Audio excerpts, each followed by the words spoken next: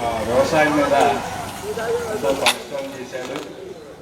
ఇది నాన్న సమకాలీన రైతుల కంటే ఈ కుటుంబంలో ఉన్న వారిని ఉన్నతమైన స్థానాన్ని తీసుకొచ్చాడు.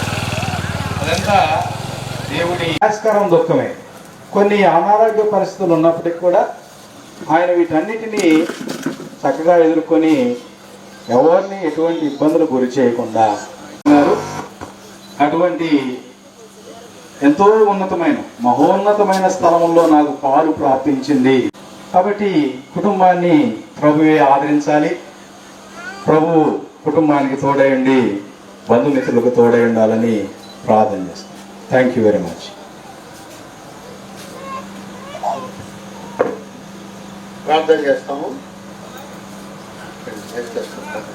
మా పరలోక తండ్రి, సుబ్బయ్య గారిని మీరు పిలుచుకున్నారు, ప్రశ్నించలేము. కుటుంబస్తులను ధైర్యపరచము, ఆదరించము.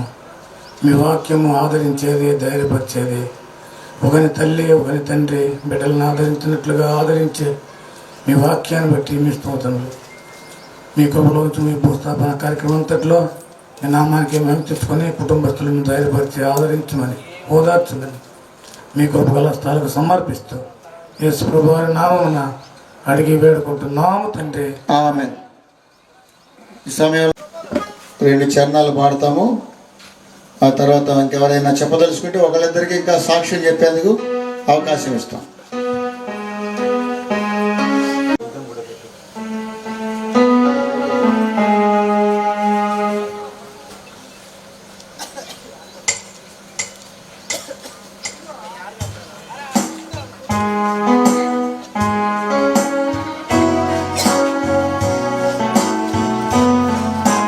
లోకమును విడసి వెళ్ళవలెనుగా, లోకమును విడసి వెళ్ళవలెనుగా, లోకమును విడసి వెళ్ళవలెనుగా. యాత్రికులము ఈ దుష్టలోకములో, పాడు లోకములో మనకేది లేదు. యాత్రికులము ఈ దుష్టలోకములో, పాడు లోకములో మనకేది లేదు. ఏ విషయమందైనా గర్వించలేము, ఏ విషయమందైనా గర్వించలేము, గర్వించలేము. జాగ్రత్తగానే నడుచుకొనేదము, జాగ్రత్తగానే నడుచుకొనేదము.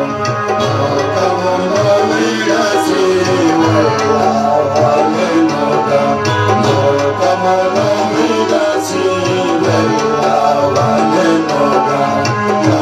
కష్టపడలచే బ్రతుకంత నిండి, కన్నీరు నిరాశ నిస్ఫలమయము. కష్టపడలచే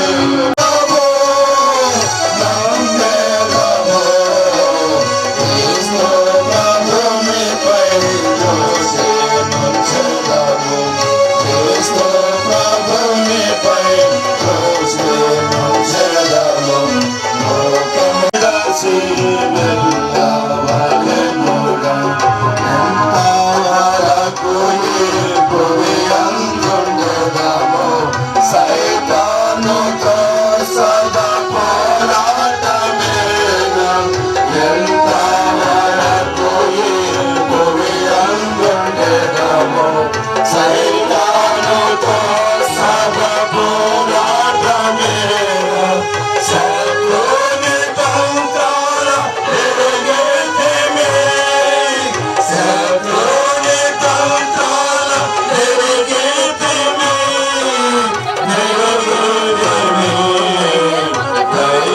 ధైర్యముతోనే కొనసాగెదము, ధైర్యముతోనే కొనసాగెదము. లోకమును విడచి వెళ్ళవలెనుగా, లోకమును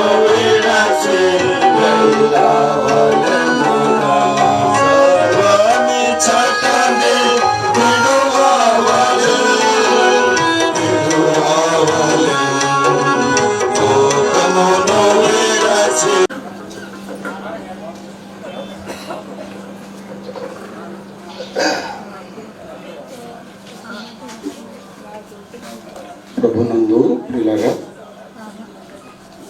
మన ప్రభువును మన రక్షకుడైన యేసుక్రీస్తు వారి యొక్క శ్రేష్టమైనటువంటి నామములో ఈ యొక్క భూస్థాప కార్యక్రమానికి చేరవచ్చినటువంటి స్థానిక సంఘానికి బంధువులకును రక్త సంబంధికులకును శ్రేయాభిలాషులందరికీ కూడా ప్రభు అయిన యేసుక్రీస్తు నామమున మీ అందరికీ నా హృదయపూర్వక వందనాలు. ఆశ నాలో కలుగుతుంది కాబట్టి ముందుగా దేవుని పరిశుద్ధ గ్రంథములో నుండి మొదటి తెస్సలోనికీయులకు రాసిన పత్రిక ద్వారా నిరీక్షణ లేని ఇతరుల వలె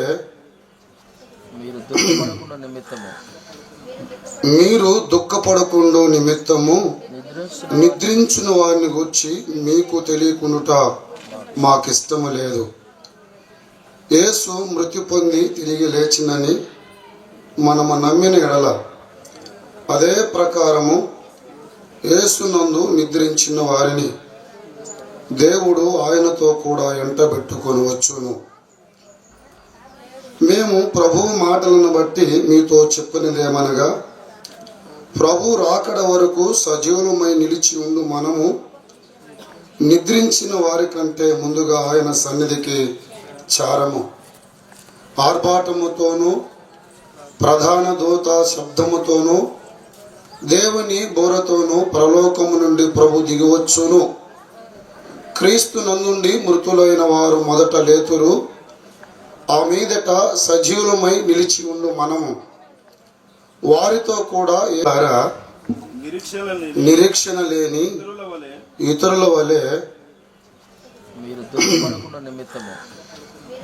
మీరు దుఃఖపడకుండా నిమిత్తము నిద్రించిన వారిని గూర్చి మీకు తెలియకుండా మాకిష్టము లేదు. యేసు మృతి పొంది తిరిగి లేచినని మనము నమ్మిన ఎడల అదే ప్రకారము యేసునందు నిద్రించిన వారిని దేవుడు ఆయనతో కూడా 4వ అధ్యాయము 13వ వచనములో ఉన్నటువంటి భాగాన్ని మనం చదువుకున్నాం. సుబ్బయ్య గారి గురించి 2-3 వారి అనుభవాలు వాయించుకుంటున్నాను. సుబ్బయ్య గారు ఎప్పుడైనా ఒంగోలు వచ్చినప్పుడు కాపు కళ్యాణ మండపం దగ్గరికి వచ్చేవారు. వచ్చినప్పుడు నేనైతే ఎప్పుడు చూడలేదు, కానీ మా చెల్లి అన్నమ్మ నాతో అనేది అప్పుడప్పుడు తాతయ్య వచ్చాడన్నయ్య అనేది. ఎందుకమ్మా అనేవాడిని నేను. అక్కడ ప్రేయర్ జరుగుతున్నప్పుడు వస్తుంటాడు అన్నయ్య అనేది. రేణంగవరం నుండి ఒంగోలు వరకు ఆయన ఎంతో ఆసక్తితో దేవుని మాటలు వినటానికి, మరి దేవుని వాక్యమును వినటానికి ఎంతో ఆశతో అంతగా ప్రయాసపడి ఒంగోలు వచ్చేటువంటి వాడు. మంచి మనసున్నటువంటి వాడు. ఎప్పుడైనా ఎదుట పడితే ఆయన చాలా విధేయతతో వినయముతో చాలా చక్కగా నన్ను పిలిచేవాడు.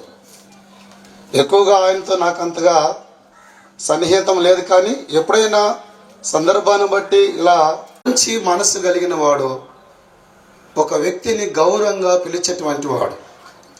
ఆయన మాటల్లో నేను గమనించినటువంటిది అది. చివరి దినాలలో ఆయన యేసు ప్రభువును నమ్ముకొని ప్రార్థనకు తరచుగా వెళుతూ ఉన్నాడనేటువంటి సంగతులు ఈ 2-3 యొక్క సాక్ష్యములో మనం విన్నాం. కాబట్టి యేసు ప్రభువును నమ్ముకున్నాడు, ప్రభువు దగ్గరికి ఆయన వెళ్ళాడు. అందుకనే కొలసీలకు రాసినటువంటి పత్రిక 3వ అధ్యాయము 3వ వచనంలో ఉన్నటువంటి భాగాన్ని మనం చదివినట్లయితే, ఎలయనగా మీరు మృతి పొందితిరి, మీ జీవము క్రీస్తుతో కూడా దేవుని యందు దాచబడి ఉన్నది అన్నాడు.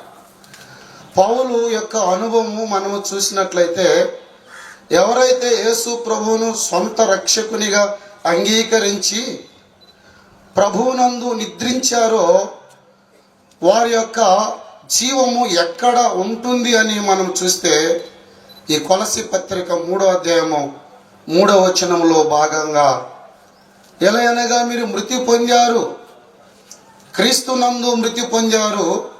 కాబట్టి వారి జీవము ఎక్కడ ఉంది? దేవుని యందు దాచబడి ఉంది. ప్రభువు దగ్గర దాచబడినటువంటి అనుభవంలో సుబ్బయ్య గారు ఉన్నారు. కాబట్టి కుటుంబీకులు ఎవరు కూడా దుఃఖించవలసినటువంటి పని లేదు. ఎందుకంటే ప్రభువుని నమ్మిన వారిని గురించి దుఃఖపడకూడదు అని ఈ తెస్సలోనికీయులకు రాసిన పత్రిక 4వ అధ్యాయం 13వ వచనంలో పౌలు గారు ఒక మాట చెప్తున్నాడు. ఏంటి రహస్యము లేక ఏంటి ఈ మర్మము? చూడండి, సహోదరులారా అన్నాడు, నిరీక్షణ లేని ఇతరుల వలె మీరు దుఃఖపడకుండా నిమిత్తము నిద్రించిన వారిని గురించి మీకు తెలియకుండా మాకు ఇష్టం లేదు అంటున్నాడు. తెస్సలోనికలో సంఘం ఉంది, విశ్వాసులు ఉన్నారు, పరిశుద్ధులు ఉన్నారు, ప్రభువునందు విశ్వాసం ఉంచినటువంటి వారు ఉన్నారు. వీరిలో ఏమీ లేదు, నిరీక్షణ లేదు, ఇతరుల వలె దుఃఖపడుతున్నారు, వారు ఉన్నారు. ఇలా అనుకుందాం. ఊరకల్లా నిద్రపోయే వ్యక్తిని గురించి మనం ఇక్కడ బయట ఆందోళన పడవలసినటువంటి అవసరం ఏమైనా ఉన్నదా? నిద్రపోయేవాడు లేస్తాడు అంతే. నిద్ర అంటున్నాడు పౌలు. మరణాన్ని ఒక నిద్రతో పోలుస్తున్నాడు. ఒకటి మరణం అనగా ఒక నిద్ర. ఇందులో 3 సంగతులు ఉన్నాయి. ఆ ఒక్క మాటే చెప్తాను నేను. 3వ సంగతులు చెప్పడానికి సమయం సరి. మన స్నేహితుడు లాజరు నిద్రించుచున్నాడు అన్నాడు. అంటే మరణమైపోయాడనే మాట కాదు, నిద్రించుచు ఉన్నాడు, మేలుకొలుపుదుము రండి అని వారితో చెప్తూ ఉన్నటువంటి మాట యేసు ప్రభు వారి మాట అన్నారు. యేసు ప్రభు వారు కూడా నిద్ర అన్నాడు. అందుకనే నిద్రతో పోలుస్తున్నాడు పౌలు. నిద్ర ఒకటి, నిద్ర మరణం అనగా ఒకటి నిద్ర. రెండోది ఒక 2 సంగతుల వరకు అట్లా చెప్పి నేను ఊరకలా టూకీగా చెప్పి ముగిస్తాను. చూడండి, ఒకటి మరణము, నిద్ర. మరణము ఒక ఎడబాటు. రెండోది మరణము ఒక ఎడబాటు. సుబ్బయ్య గారు మనలను అలా ఎడబాశాడంతే, మరలా మనము సుబ్బయ్య గారిని కలుసుకుంటాం. కాబట్టి నిరీక్షణ లేని వారి వలె ఎవరు కూడా దుఃఖపడకూడదు. ఒకటి మరణము, నిద్ర. రెండోది మరణము ఒక ఎడబాటు. ఒక మాట. మరొక మాట, మూడో మాట ఏమిటి? అనేక నివాసములు కలవు, లేని ఎడల మీతో చెప్పేదను అన్నాడు. నేను మీ కొరకు నివాస స్థలములను సిద్ధపరచడానికి వెళ్తున్నాను, నేనుండు స్థలములు ఉంటాను. కాబట్టి ప్రభునందు ప్రియులారా, యేసు ప్రభువును నమ్ముకున్న వారు మాత్రమే ఈ అనుభవం కలిగి ఉంటారు. ఒకటి మరణము ఒక నిద్ర. రెండోది మరణము ఒక ఎడబాటు. మూడోది మరణము ఒక గృహ మార్పిడి. ఈ అనుభవంలోనికి రావాలి అంటే ప్రభు అయిన యేసు క్రీస్తు వారి సొంత రక్షకుడిగా అంగీకరించాలి.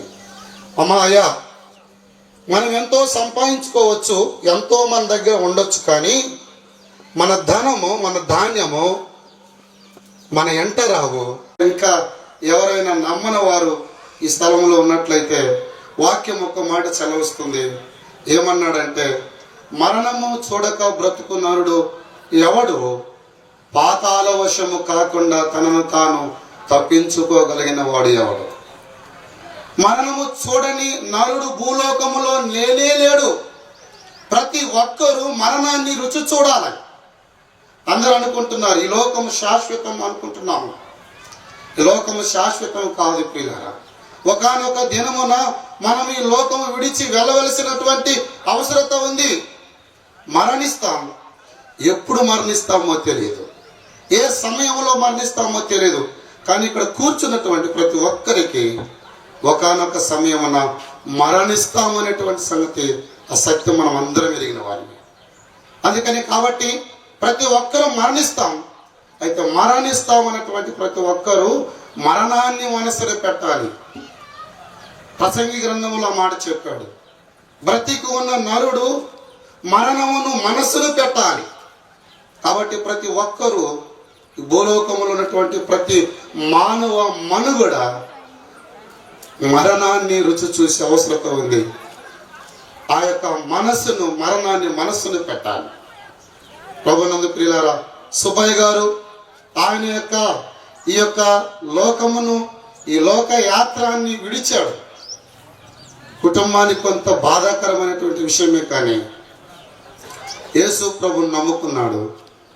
ప్రభు అంటున్నాడు, ప్రసంగి గ్రంథంలో చెప్పాడు, ఆ తండ్రి దయాళుడు అయిన మా యేసు ప్రభువా, మీ పరిశుద్ధమైన శ్రేష్టమైన ఘనమైన మీ యొక్క ప్రశస్తమైన నామాన్ని బట్టి ప్రభు మీకు వేల కొలది వందనాలు, స్తుతులు, స్తోత్రములు చెల్లిస్తున్నాం.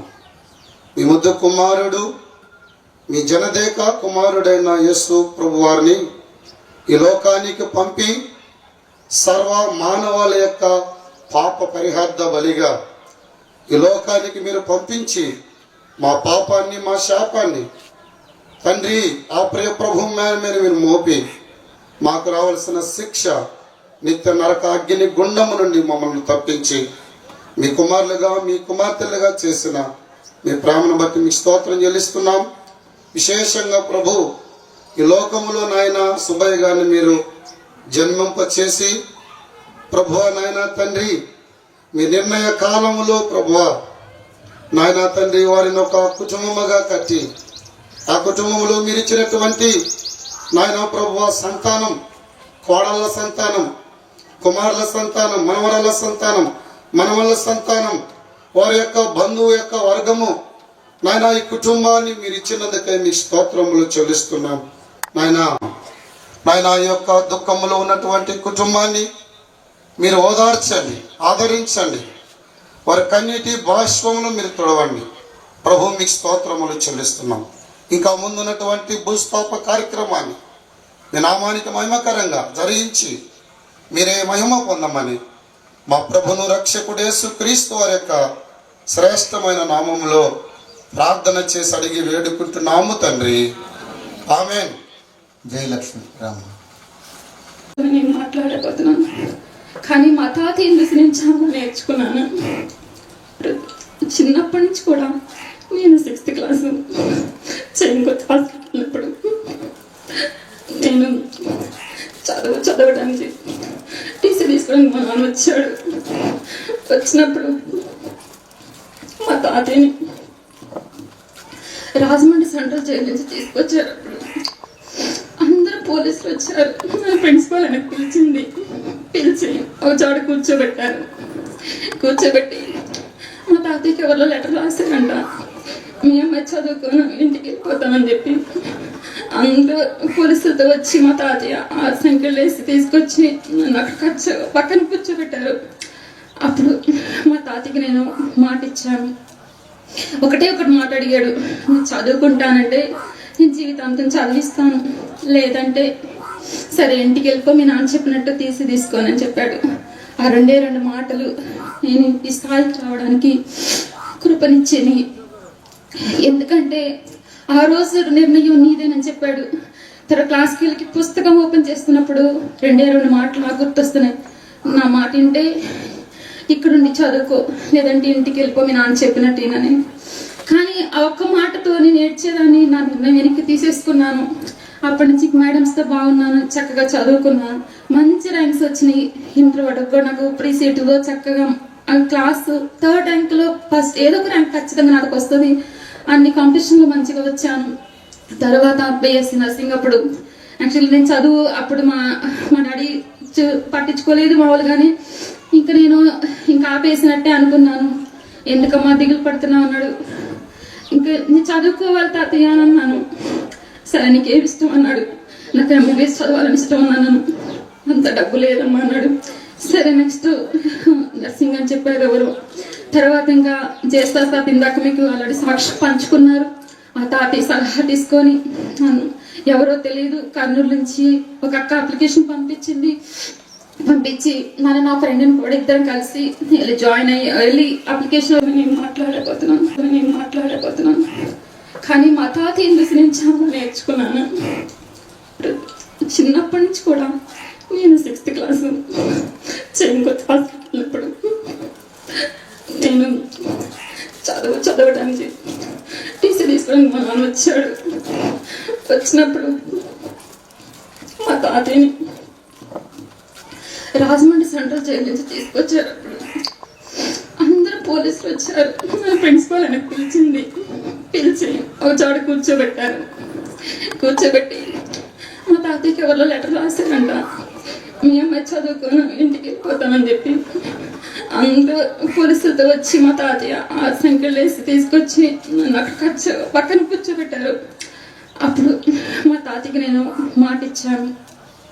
ఒకటి మాట అడిగాడు, నువ్వు చదువుకుంటానంటే నేను జీవితాంతం చదివిస్తాను, లేదంటే సరే ఇంటికి వెళ్ళిపో, మీ నాన్న చెప్పినట్టు తీసుకోనని చెప్పాడు. ఆ రెండు మాటలు నేను ఈ స్థాయికి రావడానికి కృపనిచ్చేది. ఎందుకంటే ఆ రోజు నిర్ణయం నీదేనని చెప్పాడు. క్లాస్కి వెళ్ళి పుస్తకం ఓపెన్ చేస్తున్నప్పుడు రెండు మాటలు నాకు గుర్తొస్తున్నాయి.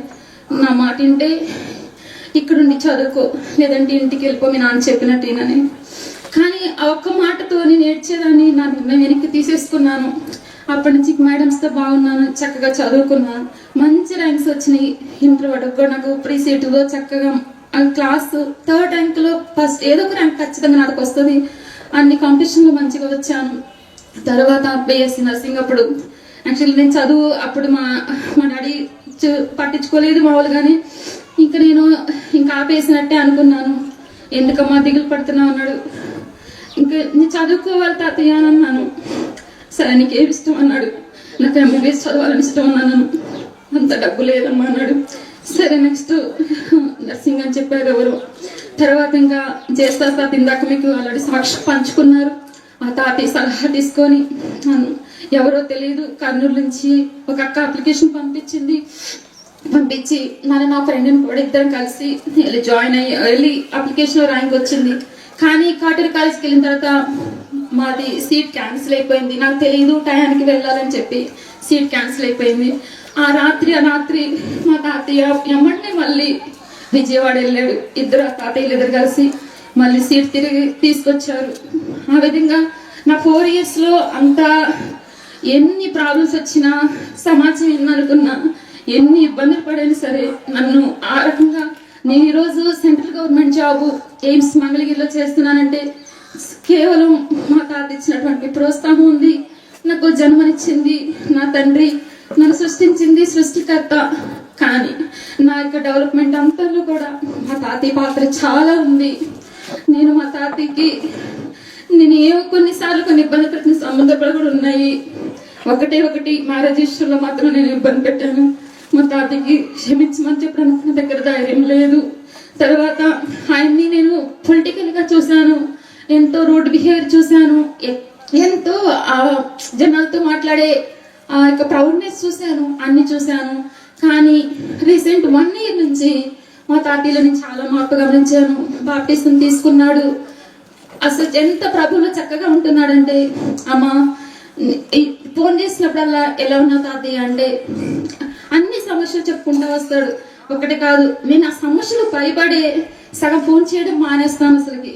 తర్వాత మళ్ళీ నా మనసు ఒప్పుకోదు, మళ్ళీ చేస్తాను. చేసిన తర్వాత ఒకటే చెప్తాడు, సరే అమ్మా. ఇప్పుడు ఈ లాస్ట్ టైంలో మనం భూస్థాపన కొరకు తీసుకెళ్తాం. పాట సంఖ్య 535, పాత పుస్తకాలు 529. ఈ లోక యాత్రలో నే సాగుచుండ, ఒకసారి నవ్వు ఒకసారి ఏడుపు. పాట సంఖ్య 535, పాత పుస్తకాలు 529. ఈ లోక యాత్రలోనే సాగుచుండా, ఈ లోక యాత్రలో నే సాగుచుండా, ఒకసారి నవ్వు ఒకసారి ఏడ్పు, ఒకసారి నవ్వు ఒకసారి ఏడ్పు, అయినాను క్రీస్తే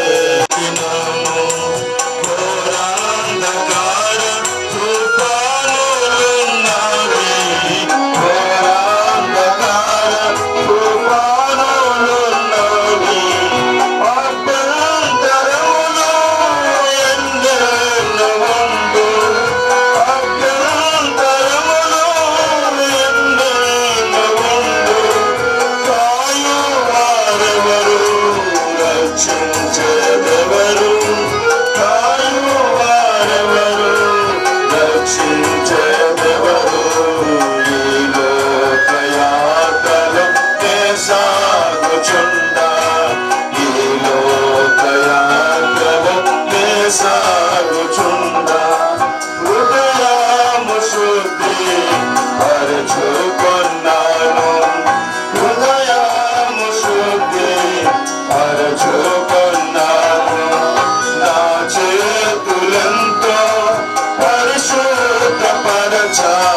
నా చేతులంతో పరిశుద్ధపరచ అనుకణ నీ రీతి జీవితమును నిరాశపరచే నా జీవితమును నిరాశపరచే ఈ లోకయాత్రలో సాగుచున్నా ఈ లోకయాత్రలో సాగుచున్నా ప్రభువా అనుదినము నన్ను ఆదరించదవు అనుదినము నన్ను ఆదరించదవు నీతో ఉన్నాను విడువలేదనడు నీతో ఈ లోకయాత్రలో సాగుచున్నా ఈ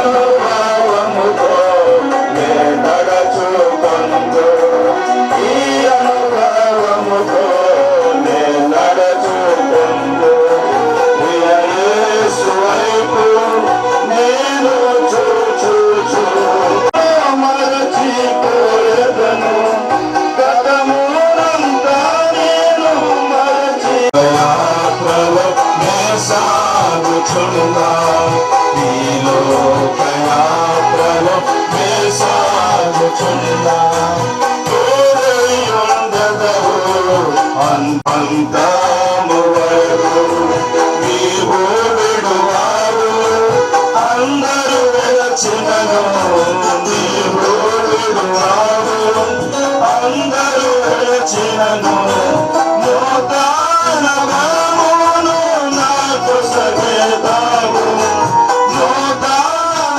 బలమును నాకు సగేదావు నిత్యముగా నుండా నీ కోరిక ఇదియే నిత్యముగా నుండా నీ కోరిక ఇదియే ఈ లోకయాత్రలో నే సాగుచున్నా ఈ లోకయాత్రలో నే సాగుచున్నా ఒకసారి నవ్వు ఒకసారి ఎట్టు ఒకసారి నవ్వు ఒకసారి ఎట్టు అయినాను క్రీస్తు నా తోడనున్నా అయినాను క్రీస్తు జోసఫ్ రండి. ఇంకెవరికి అవకాశం లేదు. కుటుంబ సభ్యులు ఎవరైనా కుమారులు కానీ తెలియజేస్తున్నా. ప్రస్తుతం ఎవరిని ఉద్దేశించి కాదు కానీ ప్రస్తుతం నేను సేవ పరిచర్యలో కానీ వ్యక్తిగతంగా నా భార్య తరపున నా తల్లిదండ్రుల బంధుమిత్రుల్లో నా విషయంలో ఒక మాట ఉంటుంది, ఒప్పుకోవాలా వీడు ముందోడు అని. అమూల్యతను మొట్టమొదటిగా సేవ పరిచర్యలు దేవుని కృపను బట్టి నేను అంటాను. తర్వాత శరీర సంబంధంగా చూస్తే మా తాత ఉండేది. ఎందుకంటున్నానంటే ఆయన ఒకటి చేత మాట అనిపించుకోడు, అలాగనే తొందరపడి అన్నాడు. అలాగనే మేము మొత్తం 11 మంది అయినప్పటికీ యేసు బాబాయ్ 2 పిల్లలు, సింగి బాబాయ్ 2 పిల్లలు, వాళ్ళు దూరంగా ఉన్నప్పటికీ మిగతా మేము 7 యవ్వన కాలంలో పాపంలోనికి వెళ్ళకుండా ఉండేదాని కొరకే నేను నిశ్చయంగా చెప్పగలను. మా తాత భయం ఎందుకు తెలియదు. చిన్నప్పటి నుండి చనిపోయిన తాత నాడు చించే అలాగనే మా తాత వారిని చూస్తే పక్కింట్లోకి అడుగు పెట్టేవాళ్ళం కాదు. ఎందుకో తెలియదు. అలాగూ వారిని చూస్తూ వారి ద్వారా వచ్చిన భయాన్ని బట్టి ప్రిమెంట్ వాళ్ళ మేము పాపంలోనికి వెళ్లకుండా సహాయపడుతూ వచ్చింది. రెండవది, ఆయన ఒకటి చెబితే అయినవాడు కాదు, ఆయనకై ఆయన చేయాలనుకున్నది చేస్తాడు. ప్రస్తుతం ఒప్పుకుంటున్నా. నా సేవా పరిచర్యలో కానీ నా వ్యక్తిగత జీవితంలో కానీ మా అమ్మ అంటది, నువ్వు మండోడిరా అని. నేను కూడా జీవితం వాడిని కాదు. అలాగే నేను వాళ్ళు నచ్చింది చేయమంటే నాకు నచ్చకపోతే నేను చేయను, నాకు నచ్చింది వాళ్ళు వద్దంటే నేను ఆగను. రెండు నేను ఆయన దగ్గర నుండి నేర్చుకున్నా. ఎందుకంటే ఆయన చూస్తూ పెరిగినటువంటి వాడును. ఇక ప్రాముఖ్యం చెప్పాలంటే మా తాత జీవితంలో ఇతరులు చూచారో లేదో నేను దగ్గర నుండి గమనించింది. 1-2 సందర్భాల్లో, అప్పుడు నా వయసు 16-17 అనుకుంటాను, ఇది చిన్న న్యూసెన్స్. అప్పటికి ఆయన వయసు ఒక 65 అలా ఉంటుందేమో. పాతింటికాడు ఉన్నప్పుడు నేను వెళ్ళాను, 16-17 సంవత్సరాలే. పిచ్చి వేసాడు. కాకు వేసామంటే తీసుకెళ్ళి లారీ కింద పంపితే దెబ్బ చేస్తామన్నాను. చిన్న న్యూసెన్స్. ఆయన మరో మాట మాట్లాడాల. నువ్వేంద్ర నన్ను అనేది, నువ్వేంద్ర నాకు చెప్పేదనే మరో మాట ఆయన మాట్లాడాల. తర్వాత 10 సంవత్సరాల కిందట ఆయనకి హార్ట్ ప్రాబ్లం ఉన్నప్పుడు ఫేస్ మేకర్ వేశారు. ఆ సంవత్సరం దాదాపు ఆయనతో నేను ఉంటూ వచ్చా. అప్పుడు బీటెక్ అయిపోయిన తర్వాత ఇతరులు గమనించారో లేదో తెలియదు, కానీ ఆయనకి అర్థమయ్యేటట్లు చెబితే ఆయన ఆ రీతిగా అనుసరిస్తాడు. సందర్భం చెప్పిన ఇతరులను బాధ పెట్టలేను, కానీ ఒకనొక సందర్భం వచ్చినప్పుడు అది గ్రామానికి చుట్టుకుంది. ఆ సమయంలో మా తాత నేనే పొలం తీసుకొని వెళ్తాప్పుడు పీస్ మేకర్ ఎంచుకున్న కారణాన్ని బట్టి పొలము తీసుకొని వస్తున్నప్పుడు చెప్పేవాడిని, వదిలే తాత వాళ్ళతో ఎందుకులే తాత, పట్టించుకోవద్దు అంటే, చిన్నోడినే నిత్యమని చెప్పగలను.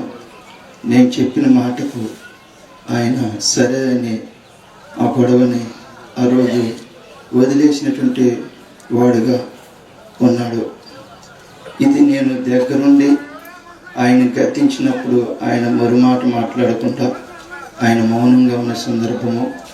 రెండవది, ఆయనకి నేను చెప్పినప్పుడు ఆయన నా మాటిని ఆ గొడవ జోలికి వెళ్లకుండా మౌనంగా ఉంటూ వచ్చిన సందర్భాలు ఆయనలో నేను చూస్తూ వచ్చాను. అలాగే నిత్యమే చెప్పగలము, మాకంటే చిన్నవారు 4 మా తమ్ముడు తర్వాత వారు తాతతో అంత అనుబంధంగా, అంటే ఆ వయస్సు లేనప్పటికీ బాబాయ్ చెంగి బాబాయ్ వాళ్ళు దూరంగా ఉన్నప్పటికీ మా 7 మేము తల్లిదండ్రులకు అవమానకరంగా ప్రవర్తించుకుని ఉండేదాని కొరకే మా తాత యొక్క భయం అని నిశ్చయంగా చెప్పగలను. అది ఆయనలో నుండి చూస్తూ వచ్చింది. అలాగనే మేమందరం కూడా పొలం పనులు చేసిన వాళ్ళమే, అలాగే బెరగొడ్లు కాసిన వాళ్ళమే, మేత కోసుకొచ్చిన వాళ్ళమే. మేము 7 అది ఆయన మాకు నేర్పింది. మేము 8th క్లాస్ 9th క్లాస్ అప్పుడు మా ఊళ్ళో మేము పనులు చేస్తూ వచ్చామో లేదు, కానీ తక్కిలపాడు వెళ్ళినప్పుడు అక్కడ జామాయిల తోటల్లో నీళ్లు కట్టించి, అక్కడ మిరప తోటలకు మందు వేసేటప్పుడు నీళ్లు కట్టించి ఆ పని కూడా మా తాత ముఖ్యంగా మగపిల్లటి మాకు నేర్పుతూ వచ్చాడు. కష్టపడే మనస్సు ఇందాక జయమ్మకు చెప్పింది. ఆయన ఊరక ఉంటే ఒప్పుకోడు. వెళితే ₹10 వస్తుంది కదా, ₹10 పోగొట్టుకుంటా కదా, ₹10 ఆశించే బదులు ₹10 వచ్చినప్పుడు ₹10కే పని చేయి, ₹10 నీకు లాభకరం కదా అని ఆయన ఎప్పుడు కూడా గద్దించేవాడు. మిగతా వారి విషయంలో నాకైతే తెలియదు, కానీ నా విషయంలో ఆ 2 సందర్భాలప్పుడు ఆయన మాట్లాడినటువంటి వాడిగా లేడు. అది నేను దగ్గరుండి నేను చూస్తూ వచ్చినటువంటి జీవితం. దేవుడు తన యొక్క శరీర సంబంధించినటువంటి మనస్సును కొంత మాకు అనుగ్రహించి ఒక సమయంలో ప్రిమెంట్ వల్ల నేను ఒప్పుకుంటున్నా. మా గురించి ఊళ్ళో కానీ బయట కానీ ఒక మాట ఉంటుంది, సుబ్బి మానవులకి కొంచెం గర్వం ఎక్కువ అని. మేము ఒప్పుకుంటున్నా, తప్పు చేయడానికి ఇష్టపడము, తప్పు చేయనప్పుడు తలదించుకోము. కావాలంటే మనకి ఎందుకులే మౌనంగా వెళ్ళిపోదాం అనే మనస్తత్వం, కానీ ఒక మనిషికి బానిసగా ఉండేటువంటి మనస్తత్వము ఆయన మాకు నేర్పల. ఎప్పుడైనా మనం పై ఎత్తులోనే ఉండాలిరా, మనం తప్పు చేసే ఒక దగ్గర తలదించుకోకూడదని ఆయన చెబుతూ వచ్చినవాడుగా ఉన్నాడు. రీసెంట్ సందర్భాల్లో కూడా ఎన్నో పర్యాయాలు మా తాతతో కొన్ని విషయాలు మాట్లాడుతూ వచ్చినప్పుడు ఏ రోజు కూడా ఆయన నాతో కోపడినట్లు లేదు. నేను చెప్పేది ప్రతిదీ కూడా విని అట్టే చేద్దాంలయ్యా వాడిగా ఉన్నాడు. ఇది మా తాత విషయంలో నేను చెప్పగలుగుతూ వచ్చింటే ఆయన యొక్క జీవితం యొక్క సాక్ష్యము. ఆయన నాకు ఏదైతే నేర్పుతూ వచ్చాడో అలాగనే ప్రభు నా మటుకు నాకు ఏదైతే బాగా ఇచ్చిందో ఆ జీవితంలో సేవా పరిచర్యలో కుటుంబం సాగిపోయేదాని కొరకై అలాగే కుటుంబాదం కొరకై ప్రార్థన చేయవలసిందిగా ప్రేమపూర్వకంగా తెలియపరుస్తూ ఉన్నాను.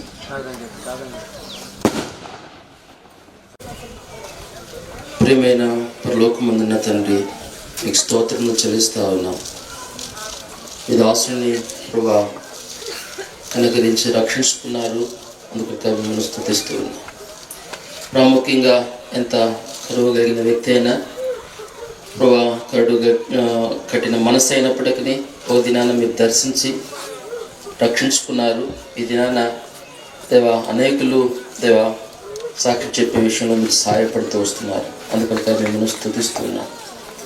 కనికరించండి, ప్రత్యేకించి కుటుంబాన్ని, ప్రాముఖ్యంగా రాగలిగిన రక్త సంబంధికులను, ప్రత్యేకించి బంధువులను, సంఘాన్ని మీరు ఈ దాసును మేము చూడగలం. ఆ నిరీక్షణతో మీకు అప్పగిస్తూ ఉన్నాము. తదుపరి జరిగే కార్యక్రమం అంతట్లో మీ కృపను అనుగ్రహించమని కోరుకుంటూ, మీకు మహిమార్థంగా ఈ కార్యక్రమాన్ని జరిగించమని కోరుకుంటూ, అందరిని మీరు ఆదరించమని యేసు వారి నామములో ప్రార్థించి వేడుచున్నాము తండ్రి, ఆమేన్. నాయనతో నుంటే చాలు, ప్రియ యేసు రాజును నే చూచిన చాలు. మహిమలో నీ నాయనతో నుంటే చాలు, నిత్యం నిత్యమైన మోక్ష గృహమునందు చేరి భక్తుల గుంపులో రక్షించిన చాలు. యేసుని రక్తమందు కడుగబడి వాక్యం చే నిత్యం భద్రపరచబడి నేను నిష్కలంక పరిశుద్ధులతో నేను బంగారు విగ్రహాలు తిరిగేదాను, బంగారు విగ్రహాలు తిరిగేదాను. ప్రియ యేసు రాజును నే చూచిన చాలు, మహిమలో నీ నాయనతో నుంటే చాలు. తాలు వినాలను మీకున్నప్పుడు గంభీర జయాత్మలు రోగునప్పుడు హల్లెలూయా పాటలు పాడుచుందా, హల్లెలూయా పాటలు పాడుచుందా. ప్రియ చాలు ఉన్నమ్మ కూటమైన కలను చూచి స్వర్ణ కిరీటం పెట్టి ఆనందిస్తున్నా. ఉన్నమ్మ కూటమైన కలను చూచి స్వర్ణ కిరీటం పెట్టి ఆనందిస్తున్నా. కొరడాతో కొట్టబడిన వీపును చూచి యొక్క గాయమును ముట్టడెదను.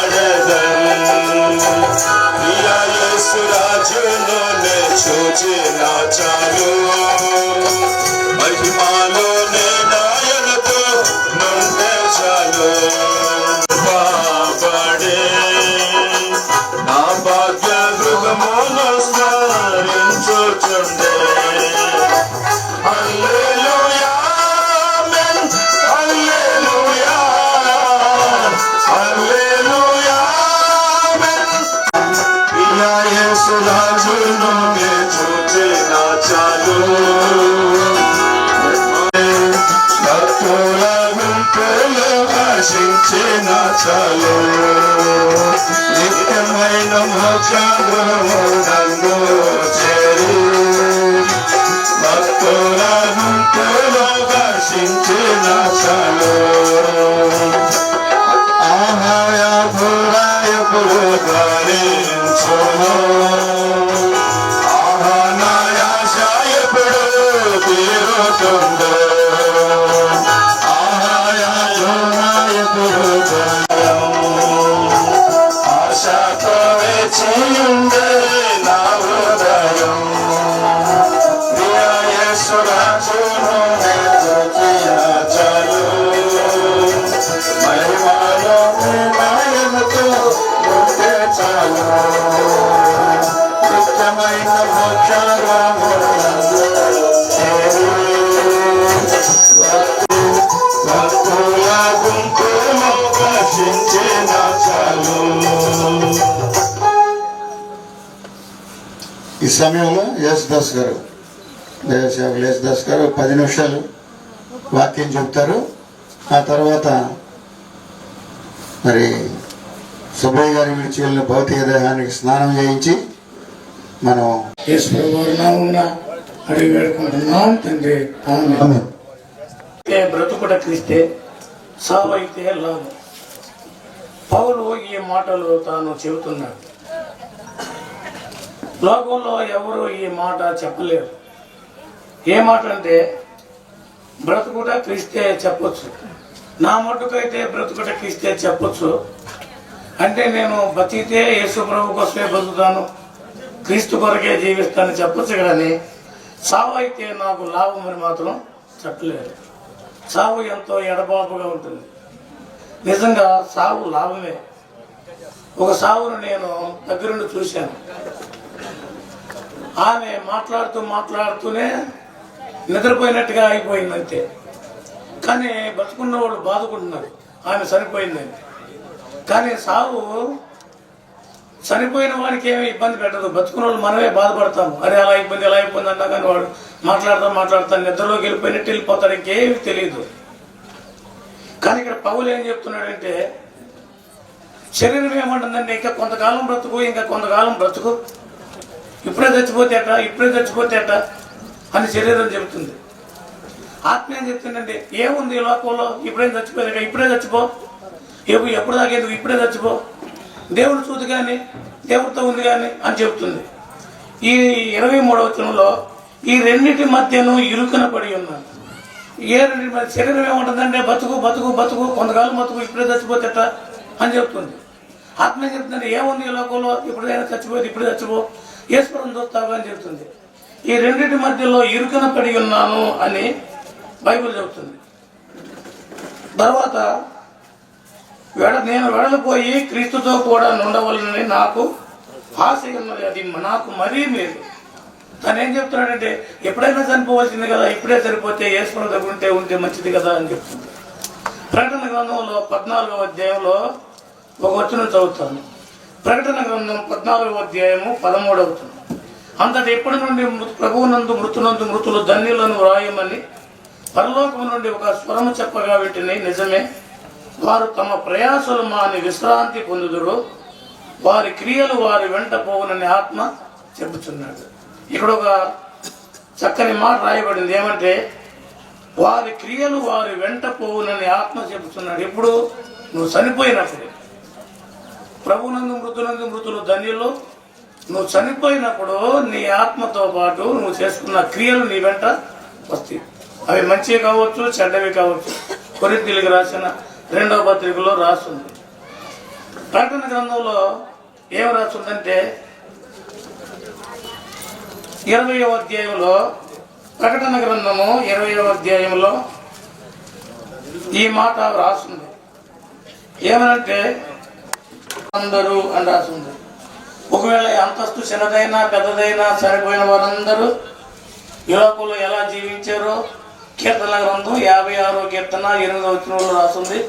దేవుడు ఈ లోకంలో యేసు ప్రభు కొరకు నీవు ఎంత కన్నీరు కార్చావో, నీ బ్రతుకు ఎలా జీవించావో దాని అంతటి కొరకు ఒక బుడ్డి పెట్టున్నాడు.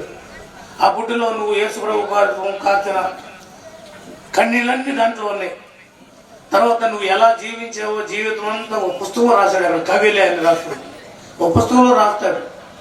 ఇప్పుడైతే అంటే నువ్వు ఏ విధంగా జీవించావు అన్నీ నీకు దేవుడు రాయించాడు. దాన్ని ఏమన్నాడంటే బైబిల్లో గ్రంథాలు, మనుషుల కొరకు ఒక గ్రంథం రాయబడుతుంది, మనిషికి ఒక గ్రంథం. ప్రకటన గ్రంథం 20వ అధ్యాయంలో 12వ వచనం, అప్పుడు గ్రంథములు విప్పబడెను, ఆ గ్రంథముల యందు రాయబడి ఉన్న వాటిని బట్టి తమ క్రియల చొప్పున మృతులు తీర్పు రాస్తుంది. కాబట్టి ఏమనుకుంటారంటే ఇంకేముంది, చచ్చిపోతే యేసుప్రభువు దగ్గరికి పోతాం అనుకుంటారు. తీర్పు కోసం పోయేది, నువ్వేం జీవించావో దానికోసమే తీర్పు కోసం మీరు పోయేది. నీ క్రియలు నీ వెంట వస్తాయి. ఓ రాజుగారు పిల్లవాడు పుట్టినరోజుకి లేక పుడితే కబురు పంపి అందరికీ, అబ్బాయి నా కొడుకు పేరు పెట్టాలా, మీరు నచ్చిన పేరు తీసుకొని రండి, మంచిదైతే నేను పెట్టుకుంటానన్నాడు. బంధువులు అందరూ చేశారు, ఊళ్ళందరూ రాజుగారు కొడుకు పుట్టి లేక పుట్టాడండి. పేర్లు రాసుకొస్తే ఏం పేరు పెట్టకుండా తనకు వచ్చిన పేరు పెట్టేశాడంట. బంగారం అని పెట్టుకున్నాడంట. నా బంగారమే, నా బంగారమే, నా బంగారమే అన్నాడంట. మళ్ళీ తర్వాత కొంతకాలానికి ఇంకో కొడుకు పుట్టాడంట. రెండో కొడుకు పుడితే మళ్ళీ కబురు పంపి మళ్ళీ రెండో కొడుకు పుట్టాడు, పేరు పెట్టాలా, మీరు ఏ పేరు ఏం సెట్ చేసుకుంటామంటే అందరూ మళ్ళీ పోయారంట, పేరు పెడతారు ఏదో ఒకటి. అప్పుడు ఆ పేరన్నీ పెట్టకుండా చూసి అంటే రాసుకొచ్చారంట, పేర్లు అన్నీ పక్కన పెట్టి పాపమని పెట్టాడంట. అంటే నా బంగారమే, నా వెండే, నా పాపమే అనుకుంటాడంట. ఇంకా తన రోజు వచ్చేసింది, ఈ లోకాన్ని వదిలిపెట్టాల్సిన రోజు వచ్చేసింది. వచ్చేసి పెద్ద కొడుకుని పిలిచాడు, నా బంగారమే, నువ్వంటే నాకు ఎంతో ఇష్టం అమ్మా, బంగారమా నేను చచ్చిపోతున్నాను రా, నాతో పాటు కూడా వస్తావా అన్నాడంట. నేనంటే వస్తాను, నీతో పాటు అన్నాడంట. తర్వాత అయ్యా నీకెందుకు, నీకేం బాధపడి మాక, వెండి రాపోయినా బంగారం రాపోయినా నేను వస్తాగా అన్నాడంట. వెండి నీతో రాదు, బంగారం నీతో రాదు, నీ పాపమే నీతో పాటు వచ్చేది. ఈ సాయంకాల సమయంలో నీ పాపాన్ని కడుక్కుంటే 2 ఇళ్ళు ఉంటాయి. మేము ప్రార్థన చేసుకుంటున్నాము. అప్పుడు దైవ సేవకుడు ఫోన్ చేశాడు, ఎలా సుబ్బయ్య గారు చనిపోయారు, భూస్థాపన కార్యక్రమం మధ్యాహ్నం కుటుంబం చేసి తర్వాత ప్రార్థన చేసుకున్న తర్వాత నా భార్యతో చెప్పాను, నిర్మల, నా భార్య పేరు నిర్మల, చెప్పాను నాకు 2 ఇళ్ళు ఉండే, మరి చనిపోయినానికి 2 ఇళ్ళు ఉన్నాయో లేవో, ఇక్కడ నేను ఈ ఊళ్ళో ఉంటాను, చనిపోయాను అక్కడ పల్లవకుల్లో ఇల్లు ఉంటుంది, మరి ఇంక ఇల్లు ఉందో లేదో అని అనుకున్నాను. దేవుని కురం బట్టి ఆయన రక్షణ పడ్డాడని విన్నాం. అయితే ఆయనకి ఇల్లు ఉంది, మరి నీకుందా ఇల్లు? ఈ లోకంలో అన్ని సంపాదించుకున్నావు, వీడిని సంపాదించుకున్నావు, బంగారం సంపాదించుకున్నావు, పిల్లల్ని పెద్ద చదువులు చేసావు. ఆ చదువులు నీకేమైనా ఉపయోగపడతాయా? ఆ పిల్లలు నీకేమైనా ఉపయోగపడతారా? నీ చనిపోయేటప్పుడు ఉపయోగపడేది ఒక్కటే, యేసుప్రభు. యేసుప్రభు నేను పాపిని, యేసుప్రభు చనిపోయాడు, సమాధి చేయబడ్డాడు, తిరిగి లేచాడు నీ కోసమే, చనిపోయాడు నీ పాపాల కోసం, తిరిగి రానయ్యి ఉన్నాడు నీ కొరకే. యేసుప్రభు అంగీకరించావా? పాప క్షమాపణ పొందావా? నెమ్మది పొందుతావు, తమ ప్రయాసాలు మాని విశ్రాంతి పొందుతావు. ఇంకా ఈ లోకంలోనే జీవిస్తే ఏదో ఒక దినాన్న సుబ్బయ్య గారు మరణించినట్టుగానే నీవు కూడా మరణిస్తావు, నేను మరణిస్తాను. మరణించక ముందే యేసుప్రభు నా పాపాలు క్షమించు, నీ రక్తంలో నన్ను కడుగు, శుద్ధీకరించి నెమ్మదిస్తాడు. వాయిదా వేస్తే ఎప్పుడు వస్తుందో మరణం తెలియదు. మరొకళ్ళ మరణం కనుక తెలిసి చెప్పొస్తే ఎంత తప్పిపోయిపోతామో, ఆ దినం సమీపించుకోవాలి, మరీ భయం అయిపోద్ది. అసలు ఏం చేయాలో అర్థం కాదు, మన కంట్రోల్లో మనం ఉండవు. అందుకనే దేవుడు మరణాన్ని మనుషులకు రహస్యంగా రాసిపెట్టాడు. ఆ మరణం రాకముందే ఇలా సుబ్బయ్య గారు ఈ బాడీ చుట్టూ, శరీరం చుట్టూ మనం చేరి ఉన్నాము. మనకి ఎప్పుడోసారి మన దినానికి వస్తారు, మనం చూడకపోయినా. ఆ దినం రాకముందు యేసుని అంగీకరించు, ఆజ్ఞను గ్రహించు, పాపాలకు నెమ్మది పొందుతాం. ఆ విధంగా దేవుడిని సహాయించండి. 29వ అధ్యాయము 28వ వచనాన్ని చదువుదాం. మొదటి దినవృత్తాంతాల గ్రంథము 29వ అధ్యాయము 28వ వచనం. అతడు వృద్ధాప్యమునకు వచ్చిన వాడై ఐశ్వర్య ప్రభావములు కలిగి మంచి ముదిమిలో మరణమొందెను. అతని తరువాత అతని కుమారుడైన సొలొమోను అతనికి మారుగా రాజాయెను. దావీదు గురించి ఈ మాటలు రాయబడ్డాయి. దావీదు వృద్ధాప్యం వచ్చిన వాడై ఐశ్వర్య ప్రభావములు కలిగి మంచి ముదిమిలో మరణమొందెను. సుబ్బయ్య గారు మరి చెప్పాలంటే ఆయన గురించి నాకు పరిచయమే, నాతో బాగా మాట్లాడుతూ ఉంటాడు. ఏదైనా చేయాలంటే చేస్తాడు. కానీ కుమారుల్ని వీళ్ళ వల్ల ఏమైంది అంటే, వీళ్ళ వల్ల ఏమైంది, వీళ్ళు ఏం చేయగలరు, అంటాడంటే ఆయనతో పోల్చుకుంటే మరి ఆయన కుమారులు ఆయనతో సాటి కాదు. నాకు చెప్పేవాడు, నేను 50 ఎకరాలు వ్యవసాయం చేసేవాడిని అని చెప్పాడు. తక్కిలపాడు అయ్యవార్లు ఉండేవంట, ఇక్కడ బ్రాహ్మిన్స్. వాళ్ళ భూమి 50 ఎకరాలు ఆయన కౌలుకు తీసుకుని చేసేవాడు. 50 ఎకరాలు. కందుకూరు ఆ ప్రాంతాల నుంచి అక్కడ కూడా 50 ఎకరాలు వ్యవసాయం చేసేవాడట. 50 ఎకరాలు ఎవరైనా చేయగలరా? ఈ రోజుల్లో 5 ఎకరాలన్నా చేయలేరు, కౌలుకి ఇచ్చేస్తారు. ఆయన కౌలు భూమి తీసుకుని 50 ఎకరాలు వ్యవసాయం చేసేవాడట. చేసి ఆయన 16 ఎకరాల పొలం సంపాదించాడు. 16 ఎకరాల పొలం సంపాదించాడు కష్టపడి. అతడు మరి నిండు వృద్ధాప్యం చూడండి. ఆయన గురించి ఇక్కడ దావీదు గురించి మనం చదివితే, అతడు వృద్ధాప్యమునకు వచ్చిన వాడై ఐశ్వర్య ప్రభావములు కలిగి మంచి ముదిమిలో మరణం అందాను. వయసు కూడా ఆయనకి ఎక్కువ వయసే, 80 పైనే ఉంటాయి. 80 పైన ఉంటాయి ఆయనకి వయసు. ఇటీవల కూడా ఇక్కడ ఒక ఎకరం తోట ఉంది, కూర తోట లాంటిది. అందులో అరటి పండ్లు ఇంకా రకరకాల అన్నీ వేసి పండించేవాడు. నాకు కూడా ఇస్తూ ఉండేవాడు. ఆయన ఆ వయసులో కూడా పనిచేసేవాడు. ఆయన సుమారుగా 7-8 ఏళ్ళకు ముందే హార్ట్ ప్రాబ్లం వచ్చింది. అయినా కూడా ఆయన పనిచేస్తాడు. మరి ఎవరి మీద ఆధారపడకుండా బండి వేసుకుని తిరిగేవాడు. ఆయనకు ఒక బండి ఉండేది పాతది, దాని మీద ఆయన తిరుగుతూ ఉండేవాడు. కాబట్టి ఆయన సంపాదించాడు లోకరీత్యా. మరి ధనవంతుడిగా ఒక 16 ఎకరాలు ఉన్నట్టు నాకు తెలుసు. ఆయన 16 ఎకరాల పొలం సంపాదించాడు. కుటుంబం చూస్తే పెద్ద కుటుంబం. మరి 4 కుమారులు, అందరిని చదివించాడు. 2 విదేశాల్లో ఉన్నారు. అయితే ఇక్కడ కూడా ఇక్కడున్న వారికి కూడా ఏమి కొదవ లేకుండా మరి ఈ లోకరీత్యా ఆయన అందరినీ మరి పెంచి పెద్దవాళ్ళుగా అవ్వడానికి ఆయన వంతు సహకారం ఆయన ఇచ్చాడు. పెద్ద కుటుంబం కాబట్టి ఆయన దీర్ఘాయువుతో దేవుడు ఆయన తృప్తిపరిచాడు. 80 సంవత్సరాలకు పైగా మరి దేవుడు ఆయనకు ఆయుష్ ఇచ్చాడు. 91వ కీర్తన 16లో ఏమనుందంటే, దీర్ఘాయువు చేత నిన్ను తృప్తిపరుస్తానన్న. కాబట్టి దీర్ఘాయు. రాత్రి ఎవరు అంటున్నాడు, ఏముందండి ఆయన అన్నీ చూశాడు, అనిపించాడు, పెద్ద వయసు, ఆయన ఏమి లేదుక బాధపడాల్సి లేదు. వకీ గారు అయితే బాధ్యతలున్నాయి. రమణమ్మ గారి భర్త వకీ గారు చనిపోయాడు, ఆయన గురించి బాధపడాలా, సుబ్బయ్య గారి గురించి ఏం బాధపడాల్సిన పని లేదు. ఎందుకంటే ఆయన ఈ లోకంలో జన్మించాడు, ఉద్భవింపజేశాడు దేవుడు. పెద్దవాడుగా, కుటుంబంగా, చాలా పెద్ద కుటుంబం, కష్టపడి ఆస్తి సంపాదించాడు.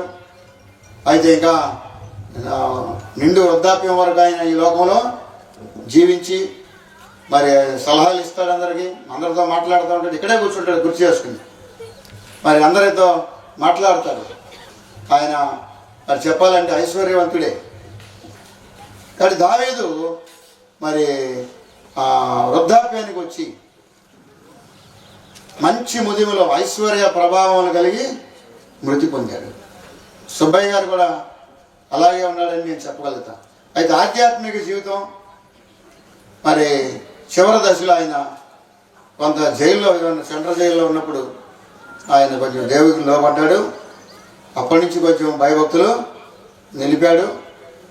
తర్వాత ఈ గ్రామానికి సర్పంచ్గా కూడా ఆయన పనిచేశాడు. మరి అన్ని రకాలుగా ఆయన ఉన్నాడు. అయితే చివరిలో విశేషంగా చెప్పాలంటే దేవుడిని నమ్ముకున్నాడు. యేసు ప్రభువుని మరి సొంత రక్షకుడిగా ఆయన స్వీకరించాడు. ఆయన మరి అటు ఇటు వెళ్ళాడు ప్రార్థనలకి కొంతకాలం. ఆయన చివరి దశలో యెహోవా ఈరే ప్రార్థనా మందిరానికి ఆదివారం క్రమంగా రాగలుగుతూ వచ్చాడు. మరి బాప్తిస్మంలో సాక్షి ఇచ్చి ప్రభు రక్తంలో కూడా పాల్పొందుతూ వచ్చాడు. మరి కుటుంబానికి పూర్తిగా సహకారం ఇచ్చాడు. అయితే తను ఎక్కువ సంపాదన కుటుంబం కొరకు మరి ఆయన కష్టపడ్డాడు, ప్రయాసపడ్డాడు. అయితే దేవుళ్ళు తక్కువే కానీ అయితే చివరిలో మరి తీర్మానంలోకి వచ్చాడు, ప్రభువుని నమ్ముకున్నాడు. కాబట్టి యెహోవా తమకు దేవుడిగా గల జనులు ధన్యులు. 32వ కీర్తన, తన అతిక్రమమునకు పరిహారము నొందినవాడు, తన పాపమునకు ప్రాయశ్చిత్తం నొందినవాడు ధన్యుడు. ఎంత సంపాదించినా ధన్యులని చెప్పలేం. కానీ అయితే చివరిలో ఆయన యేసు ప్రభువుని నమ్ముకొని 32వ కీర్తన 1-2 వచనాల ప్రకారం మరి ఆయన తన అతిక్రమాలు, పాపాలు, పొరపాట్లన్నీ ఒప్పుకొని సరి చేసుకుని యేసు ప్రభుని సొంత రక్షకుడిగా స్వీకరించాడు. అంతేకాదు బాప్తిసంలో సాక్ష్యం ఇచ్చి మందిరాన్ని క్రమంగా రాగలుగుతూ వచ్చాడు. చివరి దశలో ఆయన రక్షణ పొంది దేవుని రాజ్యాన్ని సంపాదించుకున్నాడు. అందుని బట్టి ప్రభువుని స్తుతిస్తుంటున్నాం. ప్రకటన 14:13లో ప్రభువునందు మృతులు ధన్యులు. కాబట్టి తాను మరి చివరి కాలం, అవసాన కాలంలో యేసు ప్రభువులో ఉండి ఒక ఆదివారం మానేడు. మొన్న ఆదివారం ఆయన శనివారం నుంచి ఒంట్లో బాగలేదు. ఆ ఆదివారం తప్ప మిగతా దినాల్లో ఆయన వచ్చి మరి నమ్మకంగా మందిరంలో ఉంటూ ప్రభువుని ఆయన సేవిస్తూ వచ్చాడు. అందుని బట్టి మరి ఆయన యేసు ప్రభువుని నమ్ముకున్నాడు. తన పాపాలు క్షమించబడ్డాయి, నీతిమంతుడిగా తీర్చబడ్డాడు. మరి తాను మరణించే వరకు కూడా మరి తన శేష జీవితం మరి నమ్మకంగా జీవించాడు. కాబట్టి ప్రకటన 14:13 ప్రకారం మరి ప్రభువునందు మృతులు ధన్యులు. ఆయన చనిపోయినా కూడా ధన్యుడే. ఒక వాక్యం చదివి ప్రార్థన చేసుకున్నాం. చూడండి, ఆది కాండము లేదంటే హెబ్రీ పత్రిక 11వ అధ్యాయం చదువు. హెబ్రీ పత్రిక 11వ అధ్యాయం ఒక వాక్యం చదువుకుందాం. హెబ్రీలకు రాసిన పత్రిక 11వ అధ్యాయము మరి 5వ వచనం లేదా 4వ వచనం ఒక వాక్యం చదువుతాను. విశ్వాసమును బట్టి ఏబేలు కయ్యోను కంటే కయ్యోను కంటే శ్రేష్టమైన బలి దేవునికి అర్పించను.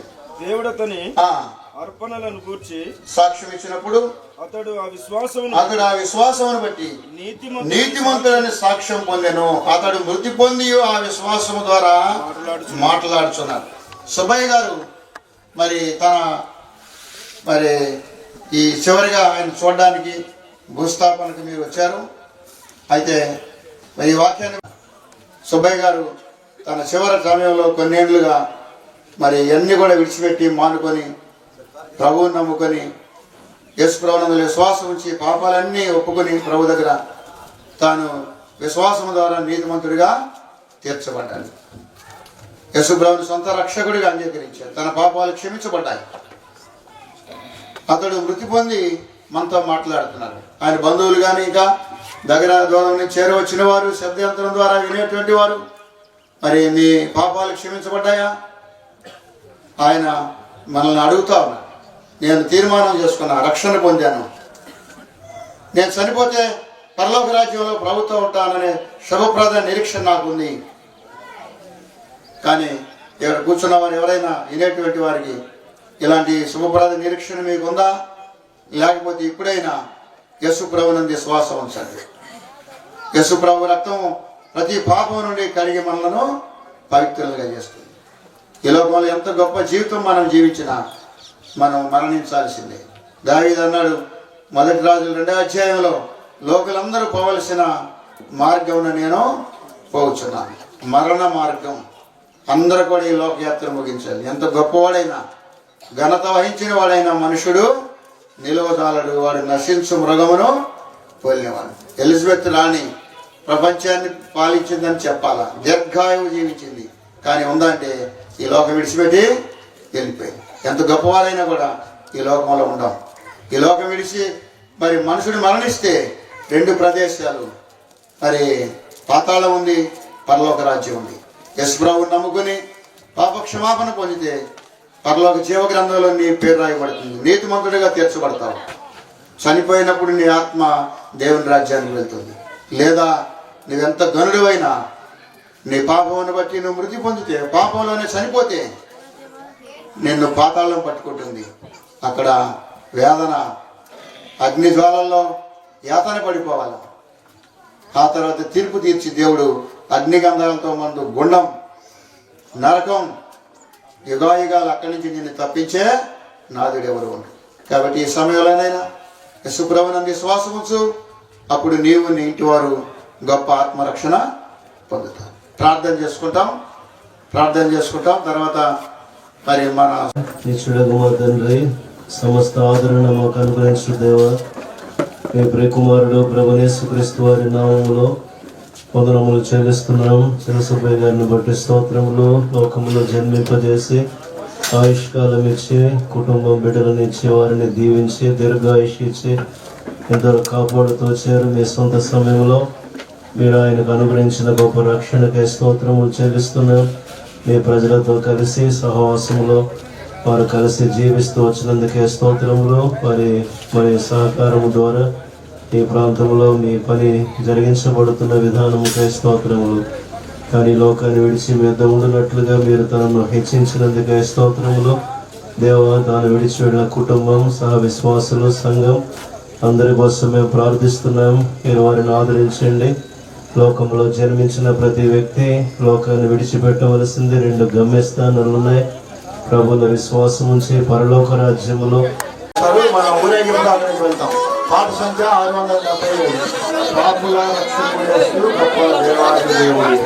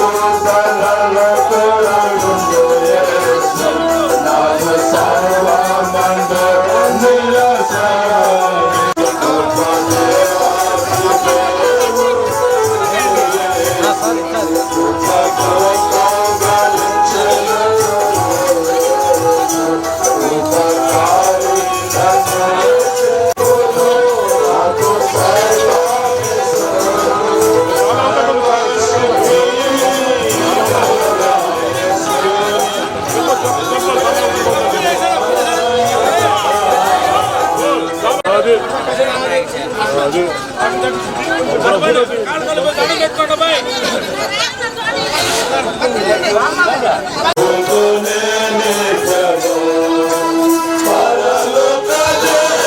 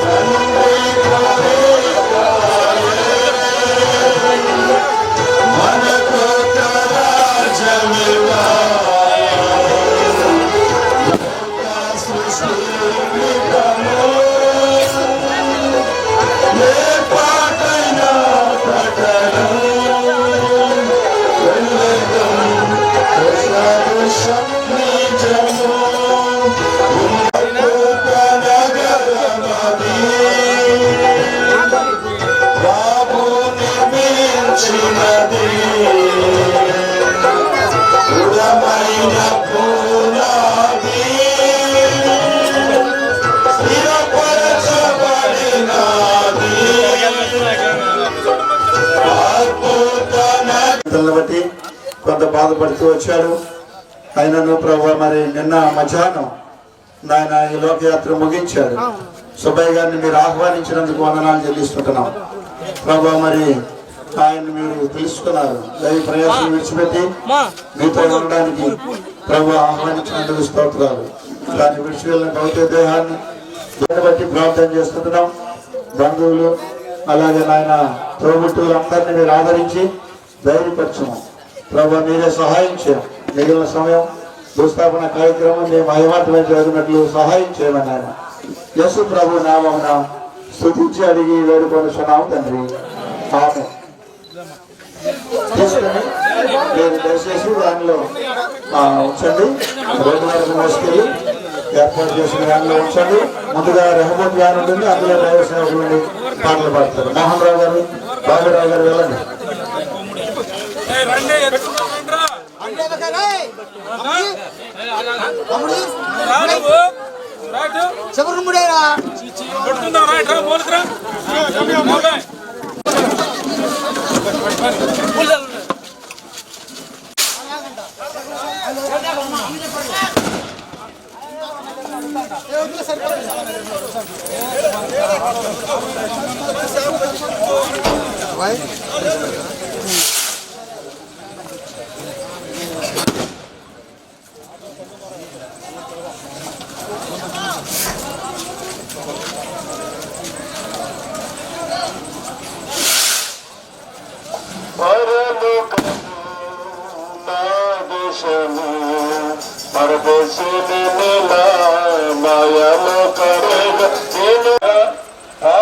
వచ్చే జీతం మరణం దేవుని కృపావరం మన ప్రభు అయిన క్రీస్తు యేసునందు నిత్య జీవం.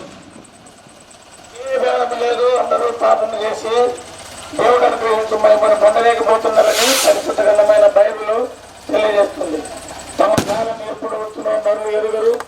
అశుభకాలమున పిట్టలు ఒళ్ళో పడినట్లు బాధకరమైన చేపలు చిక్కబడినట్లు హఠాత్తుగా మనుషులకు వచ్చేట కలుగునని ప్రభువైన క్రీస్తు యేసునందు విశ్వాసం ఉంచును. అప్పుడు నీవు నీటి వలన గొప్ప రక్షణ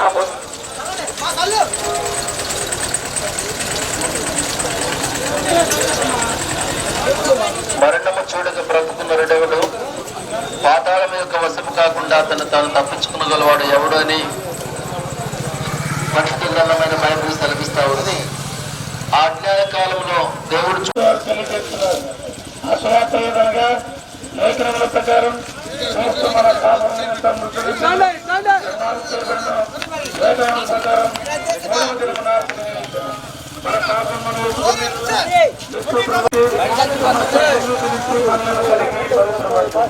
ఆయన కుమారుడైన యేసు రక్తం ప్రతి పాపం నుండి మనల్ని కలిగి ప్రభువుల క్రీస్తు యేసునందు విశ్వాసం అప్పుడు దేవుడు నీకు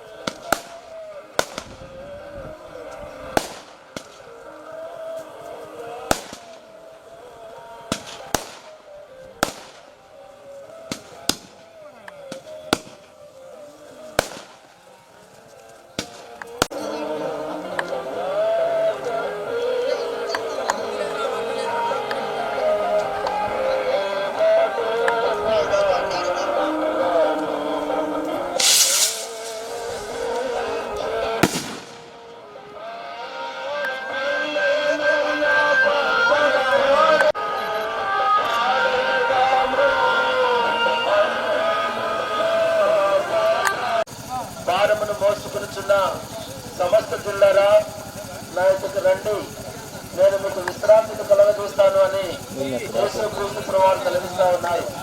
యేసుక్రీస్తు ప్రభువారు సెలవిస్తా ఉన్నారు. యేసుక్రీస్తు ప్రభువారు సెలవిస్తా ఉన్నారు. నా మాట విని నన్ను పంపిన వాడు విశ్వాసముచ్చువాడు నిత్య జీవము గలవాడు, వాడు తీర్పులకు రాదు అని యేసు ప్రభువారు సెలవిస్తా ఉన్నారు. యేసుక్రీస్తు ప్రభువారు సెలవిస్తా ఉన్నారు. ప్రయాసపడి భారమును మోసుకుని సమస్యలరా నా యొక్కకు రండి అని యేసు ప్రభువారు సెలవిస్తా ఉన్నారు. యేసు ప్రభు నామమున విశ్వాసం ఉంచండి, అప్పుడు మీరును మీ ఇంటి వారిలో గొప్ప రక్షణ పొందగలరు. చెప్పండి చేయమని యేసుక్రీస్తు ప్రభువారికే హల్లెలూయా. ప్రేమ మృతధారల చిందిన మన యేసుకు సమమెవరు?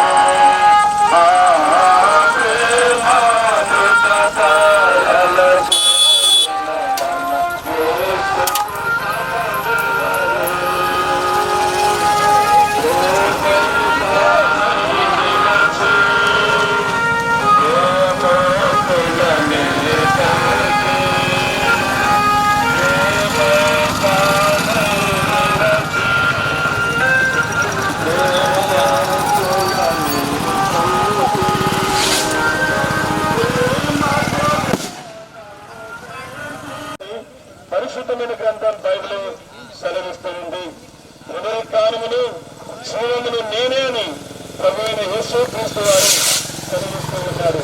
సోదరా, ఎలాగనగా పాపము వలన వచ్చు జీతం మరణం, మరణం అయితే దేవుని కృపవరం మన ప్రభువైన క్రీస్తు యేసునందు నిత్య జీవమని పరిశుద్ధమైన గ్రంథం బైబిల్ సెలవిస్తుంది. యేసు చెప్పును, నేనే మార్గమును, నేనే సత్యమును, నేనే జీవమునై ఉన్నానని ప్రభు యేసుక్రీస్తు వారు సెలవిస్తూ ఉన్నారు. మృతి నమ్మించేవాడును నేనే, బ్రతికించేవాడును నేనే అని ప్రభు యేసుక్రీస్తు వారు సెలవిస్తూ ఉన్నారు. ప్రభు అయిన యేసునందు విశ్వాసం ఇస్తే నీ పాపములకు క్షమాపణ, విమోచన కలుగుతుంది. ప్రభు అయిన యేసుక్రీస్తునందు విశ్వాసం ఉంచితే నీ జీవితంలో శాంతి, సమాధానం కలుగుతుంది. ప్రభు యేసుక్రీస్తునందు విశ్వాసం ఉంచితే స్వర్గరాజ్యములో, పరలోక రాజ్యములో ప్రవేశిస్తావు. నేడు పాపల రక్షకుడైన ప్రభు యేసుక్రీస్తునందు విశ్వాసం ఉంచుము. అప్పుడు నీవు నీ ఇంటి వారిని రాబోతున్న రెండవ మరణం నుంచి తప్పించబడతావు. దులేసిందా ఖుదాగం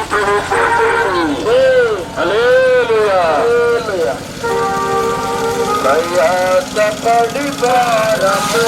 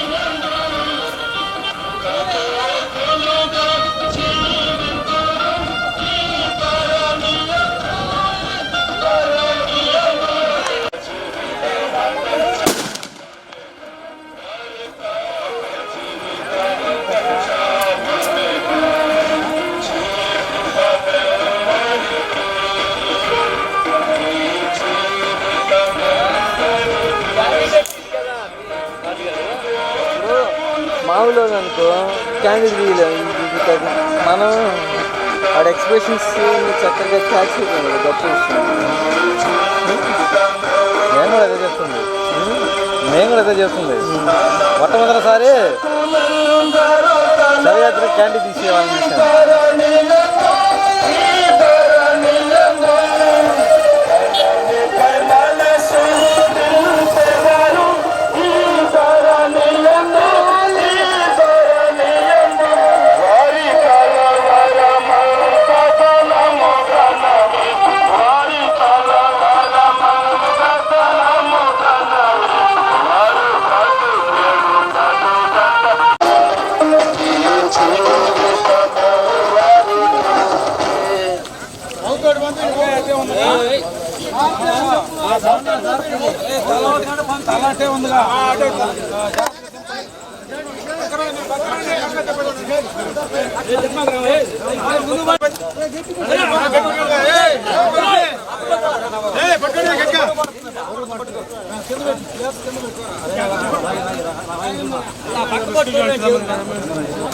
పరిశుద్ధ నామములు మీ వందనములు.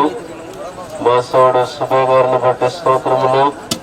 తనకు మీరు అనుగ్రహించిన గొప్ప రక్షణకే స్తోత్రాలు. ఈ దేహాన్ని విడిచి మీతో ఉండినట్లుగా మీరు తనను హెచ్చించినందుకే స్తోత్రములు. భౌతికాయం సమాధి చేసేందుకు స్థలాన్ని తీసుకుని వచ్చి ఉండగా ఈ చివరి సమయంలో మా అందరితో మీరు మాట్లాడదు, దయచేసి మాట్లాడతారు. యోహాను సువార్త 5వ అధ్యాయం 28, 29 వచనాలు చదువుతున్నా, దయచేసి గమనించండి. కీడు చేసిన వారు తీర్పు పునరుత్థానమునకును బయటికి వచ్చేదరు.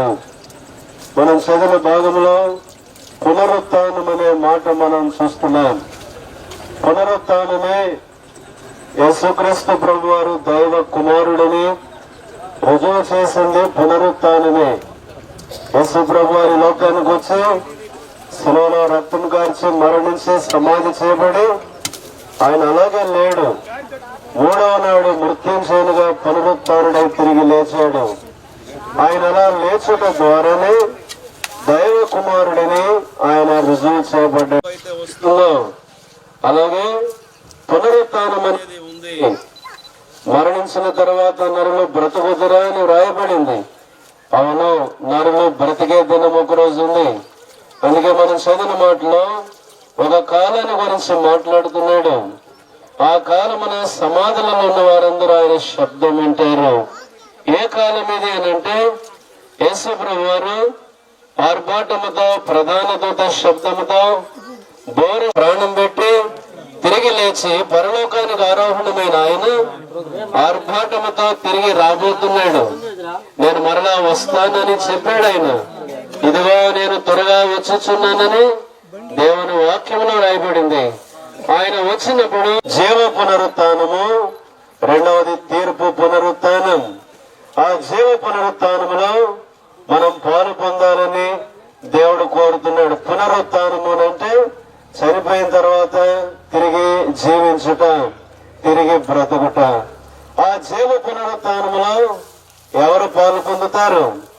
మరణంతో అంత అయిపోయింది అని అనుకోవద్దు. మరణమే నిత్యత్వానికి ప్రారంభం. ఒక వ్యక్తికి మరణం వచ్చినప్పుడు ఏం జరగద్దు? మానవుడు 3 భాగాలుగా ఉన్నాడు: శరీరము, ప్రాణము, ఆత్మ. ఇప్పుడు మట్టి దేహమైన వెంటనే తనలో ఉన్న ఆత్మ బయటకు వస్తుంది. బయటకు వచ్చిన ఆత్మను మృంగాలని పాతాళం కనిపెట్టుకుని ఉంది. 89వ కీర్తన 48వ వచనంలో బైబిల్లో ఈ మాట రాయబడింది: మరణమును చూడక బ్రతుకున్నరుడెవడు? పాతాళం యొక్క వశము కాకుండా తను తాను తప్పించుకుని గలవాడెవడు? ఒకవేళ మరణమే అంతమైతే మరి మరణం తర్వాత పాతాళం యొక్క వశానికి వెళ్ళేది ఏమిటి అంటే ఏదో ఉంది, అదే ఆత్మ.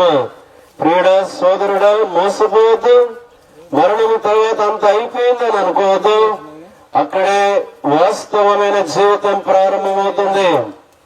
మరి నీ ఆత్మ ఎక్కడ ఉండబోతుంది అనేది జీవితంలో నీవు జీవించుచున్న దినాల్లోనే నిశ్చయపరుచుకోవాలి.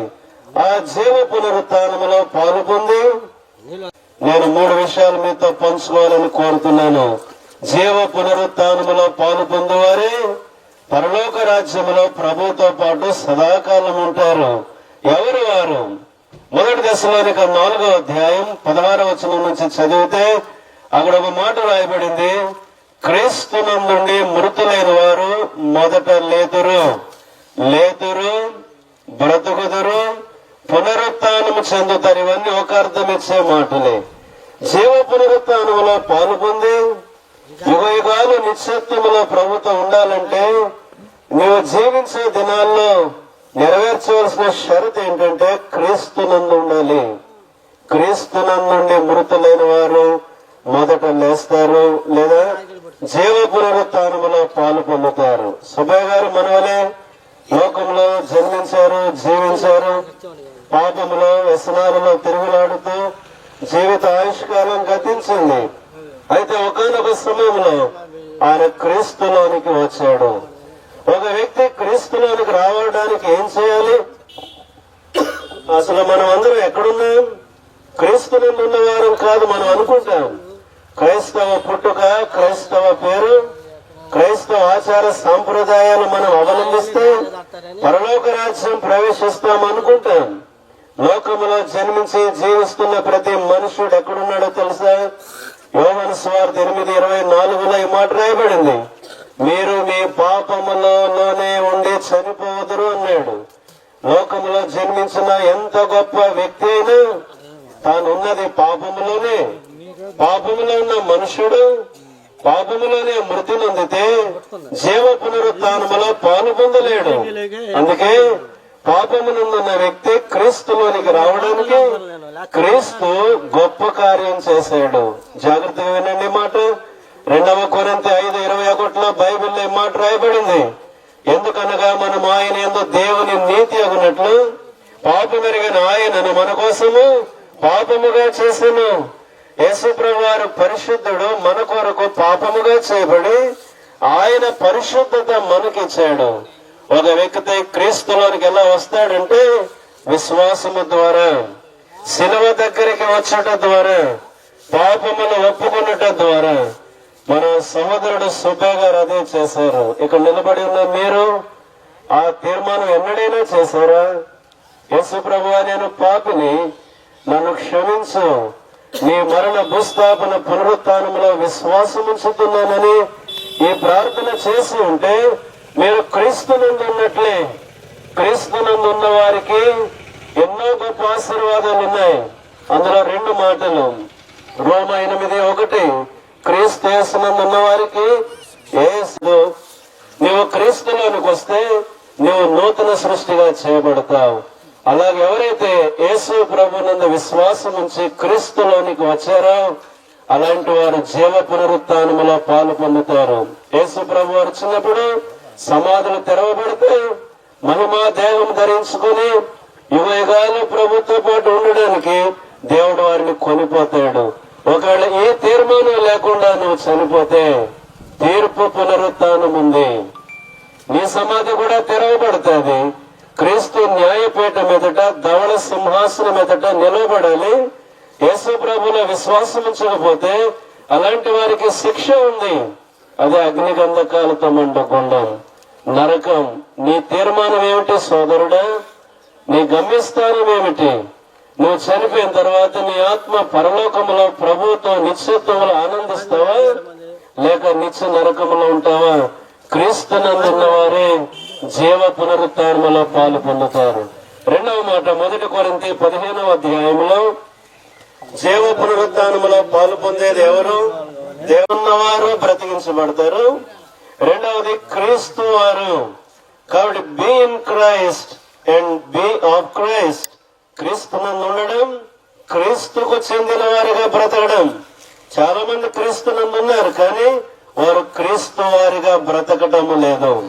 అందుకనే దేవుని వాక్యములో ఈ మాట రాయబడింది, నేను ఎవరి వాడును, ఎవరిని సేవించుచున్నాను అన్నాడు పౌలు. బ్రతుకుతారు. అలాంటి వారు జీవ పునరుత్థానములో పాలు పొందుతారు. బైబిల్లో తేటగా రాయబడింది, క్రీస్తు వచ్చినప్పుడు ఆయన వారు బ్రతికించబడతారు. నువ్వు ఎవరి వాడు, ఎవరి దానం, ఎవరి కొరకు బ్రతుకుతున్నావు సోదరుడా?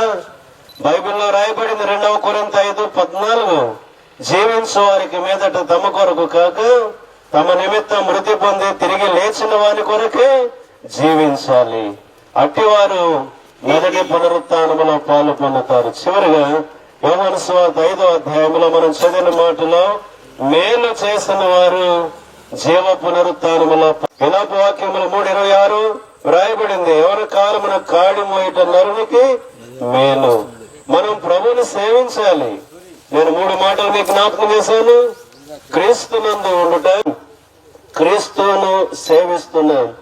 సుబ్బయ్య గారు కూడా క్రీస్తులోనికి వచ్చాడు, క్రీస్తు వానిగా బ్రతికాడు, క్రీస్తు కొరకు పని చేశాడు. అలాంటి వానికి జీవ పునరుత్థానములో పాలుంది. మరి నీకుందా? ఈ తీర్మానం నీకు లేకపోతే చాలా విచారం. నీకు తీర్పు పునరుత్థానం ఉంది. కాబట్టి what is your destination? Decide this evening. ఈ సాయంకాలం నిశ్చయపరచుకో, నీ గమ్యం ఏమిటి? నీ గమ్యం చాలా విచారంగా ఉంటుంది. కాదు, పరలోక రాజ్యం జీవ పునరుత్థానంలో నాకు పాలు కావాలంటావా? యేసు ప్రభుల విశ్వాసం ఉంచి శిలువ దగ్గరకు వచ్చి పాపాలు ఒప్పుకొని క్రీస్తునందుండు. నీకిచ్చే ఆయుష్కాలం క్రీస్తు కొరకు బ్రతుకు. నీ ఆయుష్కాలంలో క్రీస్తు కొరకు పనిచేయి. అలాగూ జీవ పునరుత్థానంలో నీవు పాలు పొందుతావు. ఆ రీతిగా ప్రభు మనకు సాయం చేయనుగా. అందరూ తలలో ఉంచండి, 1 నిమిషం కళ్ళు మూసుకోనండి. మనసులో చిన్న ప్రార్థన చేద్దాం. సుబ్బయ్య గారు ఇక మరికొన్ని క్షణాల్లో మనం సమాధి చేస్తాం. ఈ భౌతికాయం చివరిగా మన మందిరానికి వెళ్ళాను, మీకు తెలుసు. ఇప్పుడు నేను పరదేశంలో ఉన్నాను. ఎంత అద్భుతంగా ఉంది ఇది. సంతోషం, సమాధానం ఎక్కడ ఉంది? ప్రభు నాతో ఉన్నాడు. మరి మీరు కూడా నా చెంతకు రావాలి. అది ఆయన ఆశ. ఆయన చివరి కోరిక తీర్చాలి కదా మనం. ఆయన ఏ స్థలములో ముంచు, నీ పాపములు ఆయన దగ్గర ఒప్పుకో. ఆయన కొరకు బ్రతుకుదాం, ఆయనను సేవిద్దాం. అట్లు జీవ పునరుత్థానములో మనం పాలు పొందుతాం. ప్రార్థన చేసుకుందాం.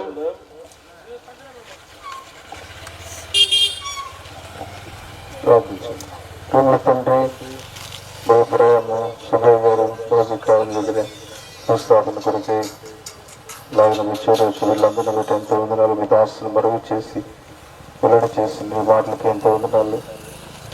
రాబోతున్న జీవ పునరుత్థానంలో పాలు పొందేవారు కనీలు జ్ఞాపకం చేశారు. వాటి శ్రేష్టమైన ఘనకరమైన స్థితిలో సుబ్బయ్య గారు ఉన్నందుకే మీకు ఎంతో వందనాలు. నేను మీద మీ సొంత సమయంలో మీరు తను దర్శించారు, రక్షించుకున్నారు. నువ్వు ఆకర్షించారు, నేను సేవించే భాగ్యాన్ని ఇచ్చారు, నీ కొరకు జీవించే భాగ్యాన్ని ఇచ్చారు, నీ కొరకు పనిచేసే ధన్యతనిచ్చారు. ఇట్లాంటి శ్రేష్టమైన ధన్యతను బిడ్డకు అనుగ్రహించినందుకు ఎంతో వందనాలు. క్రీస్తునందు మృతులు ధన్యులని చెప్పారు. ఈ శ్రేష్టమైన ధన్యతలో మరి కుటుంబ సభ్యులు, బంధుమిత్రులు ఇక్కడ చేరువైన వారందరూ కూడా ఈ మార్గాల్లో నడవటానికి సహాయం చేయండి. అనేకులు ప్రభావం విశ్వాసం నుంచి నిత్య రాజ్యానికి, మోక్ష రాజ్యానికి, స్వర్గ రాజ్యానికి వారసున్నట్లు సహాయం చేయండి. తీర్పు పునరుద్ధానికి తప్పించి జీవ పునరుద్ధానంలో అందరూ పాల్గొనే వారికి సహాయం చేయండి. మేలు కొరకు జ్ఞాపకం చేసుకుంటూ భూస్థాపన కార్యక్రమాన్ని మనం తెచ్చుకోండి. సమయాన్ని ప్రార్థించాలని వేడుకుంటున్నాం తండ్రి. ప్రభుకే స్తోత్రము. మృతిని గెలిచానని పాట పాడతారు. ఆ సమయంలో మోక్ష లాభాలను పొందుతాం.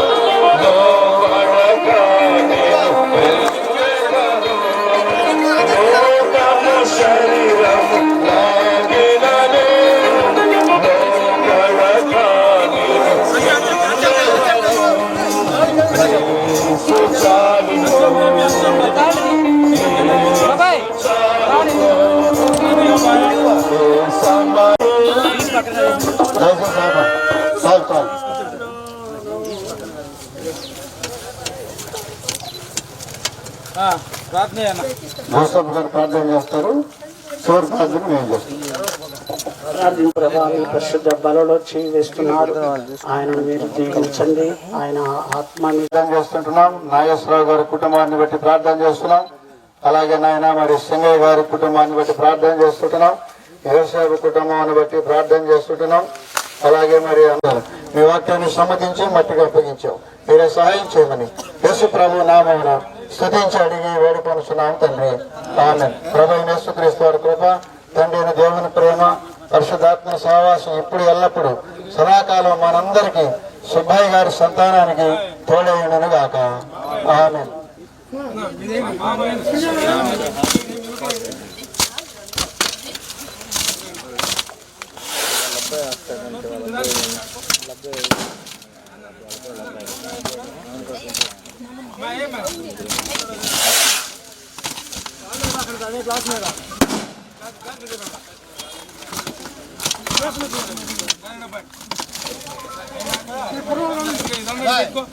మీ వాక్యాన్ని సమ్మతించి మట్టిగా అప్పగించాం. మీరే సహాయం చేయమని యేసు ప్రభు నామమున స్తుతించి అడిగి వేడుకొనుచున్నాం తండ్రి. ఆమేన్. ప్రభువైన యేసుక్రీస్తు వారి కృప, తండ్రి అయిన దేవుని ప్రేమ, పరిశుద్ధాత్మ సహవాసం ఇప్పుడు ఎల్లప్పుడు సదాకాలం మనందరికీ సుబ్బయ్య గారి సంతానానికి తోడైనను గాక. ఆమేన్.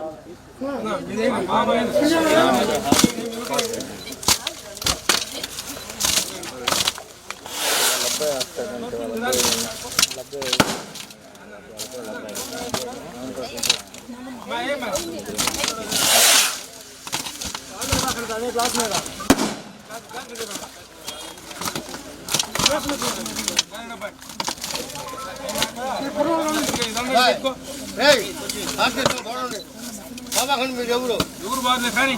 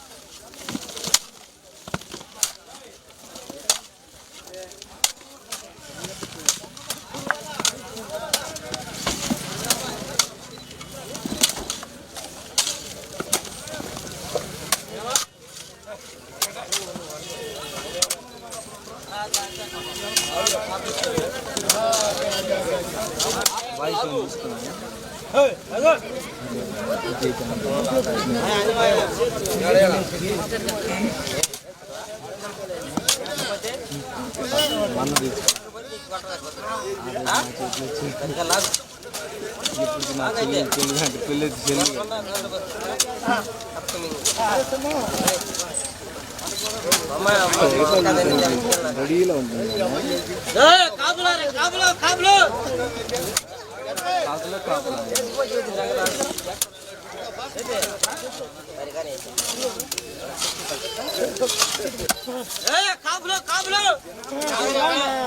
మొత్తం బయలుపోతే కాపులు ఎవరికన్నా కానీ ఎవడో కానీ మొక్కలు కొత్త బయలుపోతే